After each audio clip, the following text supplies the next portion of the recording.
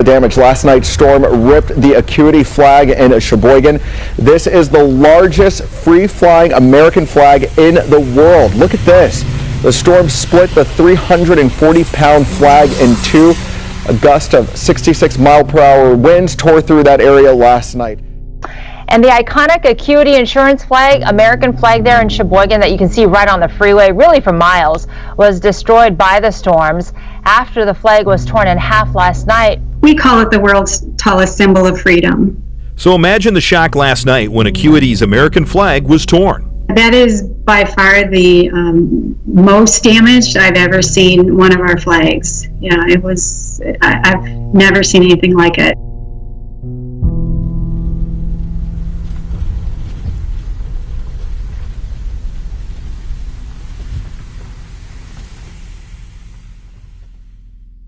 As if this week hadn't been dramatic enough, with protesters on the streets and anger across America, there was something else to look at. This amazing footage shows lightning strikes across the US Capitol, including the very top of the Washington Monument. It's been seen by millions online. Many have weighed in with metaphors of their own, both of the secular and the biblical variety. Breaking overnight, we know at least 2 military members were hurt by lightning in D.C. They were out helping with protesters overnight. Authorities say they suffered non-life-threatening injuries. The lightning also struck the Washington Monument. And I think I said to my mum last night, I'm glad I'm not going to be around in 100 years to see the sort of place we're becoming. Sounds sad, I know, sounds pessimistic. But unlike those who want to wipe away our history, or worse, to rewrite it, if you know your history, you'll know of many great civilizations of the past laid to waste because they failed to heed the lessons of time. Where shall I go? What shall I do? Frankly, my dear, I don't give a damn. This morning, an American cinema classic, Gone with the Wind, has been temporarily pulled by the streaming platform HBO Max. Yates' prophetic words start to ring true.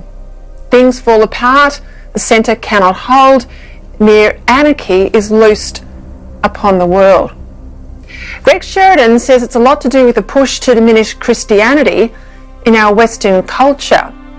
He wrote this week, and I quote, that the crisis of liberalism is the crisis in the heart of our civilization. It is a vacuum where there should be belief. In what I found the most sobering comment of all, Sheridan said, the question now is whether liberalism can survive the total severing of its connections with its Christian roots. He said, I have the most serious doubts. Liberalism survives for a while because the first generation or two are imbued with Christian moral concepts and traditions.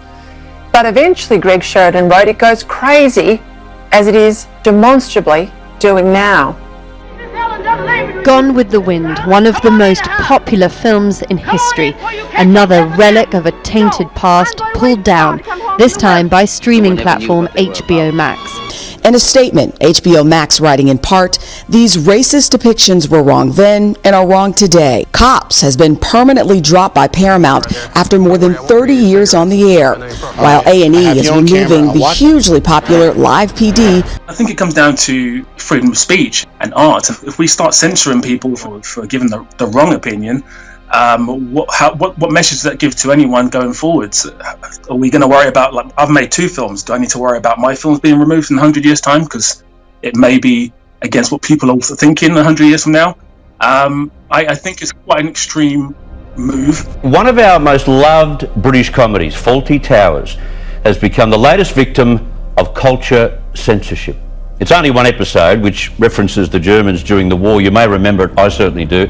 But it follows the likes of Gone with the Wind, television comedy Little Britain, Come Fly With Me, I think there's Cops in the United States and others, which, following the Black Lives Matter rallies and riots, have been banned by nervous executives from streaming services like Netflix and Stan. But where does this stuff stop? Every generation has differing moral standards, but isn't that the way we were and the way we learn about who we are now and where we're going, where we should become? Anti-government protesters face off with security forces in central Beirut. They blame the ruling alliance for the political turmoil and economic chaos engulfing Lebanon. This area of the capital has been a front line since October, when the protest movement began against the sectarian political class which has ruled for decades. The revolutionaries will topple the government. Lebanon is facing its worst economic crisis in decades. Now, one of the major changes that has quickly morphed into our daily lives during this COVID-19 is cashless spending. The supermarkets, the retailers, even the local fruit and veggie fella, they're telling us to tap or swipe no cash. We won't take it, which, by the way, just happens to be illegal, but we did our best to play along. A surge in home-delivered groceries and meals has also helped the transition massively. We've had hundreds of bank branches closed, so the pension day rush for cash has been put on hold. ATM withdrawals have collapsed overnight, so the big bankers are pushing the barrow for a cashless world in 2 years. Late last night, Richmond, Virginia protesters brought down a statue of Jefferson Davis, the President of the Confederacy. On Tuesday in Richmond, one of Christopher Columbus was toppled and dragged into a lake. Another Columbus statue met a similar fate in Minnesota. But driver Ray Cicerelli called the change political BS and said he's done with NASCAR at the end of the season. What's called the cancel culture, when we seek to remove anything that might offend political correctness, anything we might not agree with in our modern push to rewrite history. Yesterday it was the statues. Today I started my editorial with Gone with the Wind, pulled from a US streaming service. Other shows have been removed here as well, and now Captain Cook, they say, has got to come down. Rewriting history, Gleeso, very, very dangerous territory. Well, frankly, my dear, I don't give a damn about what they think about taking down statues. I mean, as far as I'm concerned, you know, this PC culture is out of control. As the Prime Minister said on radio this morning, it's very, very clear that this particular issue has been hijacked by extreme leftists, and they've got their sights on, tearing down some of our obviously important national and significant statues. But I mean, why would we trash our history? Our history is important to us. But first, now, I'm not old at 49, but then I'm not young either. And I think I've felt older than ever in recent days as I've watched waves of hate and loathing roll across Western countries like ours. There's a poem by Yeats. It's called The Second Coming. It was written in 1919, just at the end of the Great War, and prophetically at another time of pandemic. This time, of course, the Spanish flu. And Yeats wrote, "Things fall apart, the centre cannot hold. Near anarchy is loosed upon the world. The blood-dimmed tide is loosed, and everywhere the ceremony of innocence is drowned. The best lack all conviction, while the worst are full of passionate intensity." When George Orwell wrote his political masterpiece, 1984, many read it as an expose of the dystopian world behind the then Iron Curtain. But having read it again recently, it's got as much application to the West of today as it does to a totalitarian regime. And I quote Orwell here, "Who controls the past controls the future.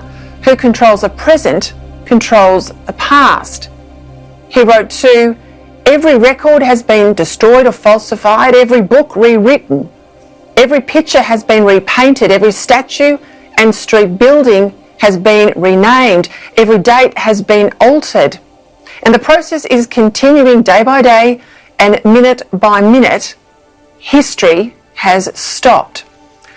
Orwell then wrote, "The past was erased. The erasure was forgotten. The lie became the truth." Over the weekend, as the marchers break the rules to march and the rest of us stayed home, most probably feeling like mugs for doing the right thing, I encourage you to pick up 1984 again and give it another read.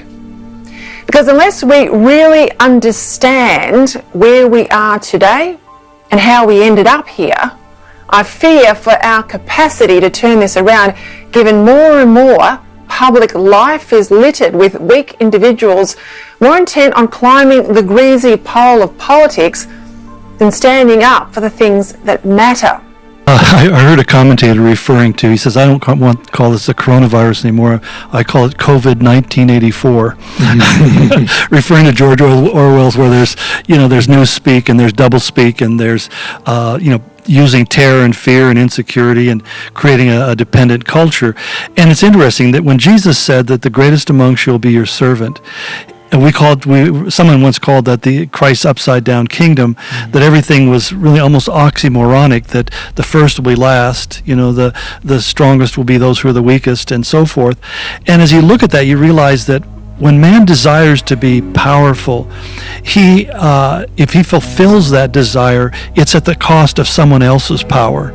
That other people have to become weak in order for them to become powerful. And that's why I've always been somewhat distrustful of politicians, particularly those ones who gravitate towards greater and greater power, because ultimately, in order for them to become as powerful as they imagine they should be, they require their citizens to become weaker. And I think that we need to understand that in our own situation, when we're talking about even interaction, we were talking the other day about how our staff understands leadership roles and the hierarchy of authority and so forth, that we don't see it as me having the power to tell you what to do, as much as us basically working together.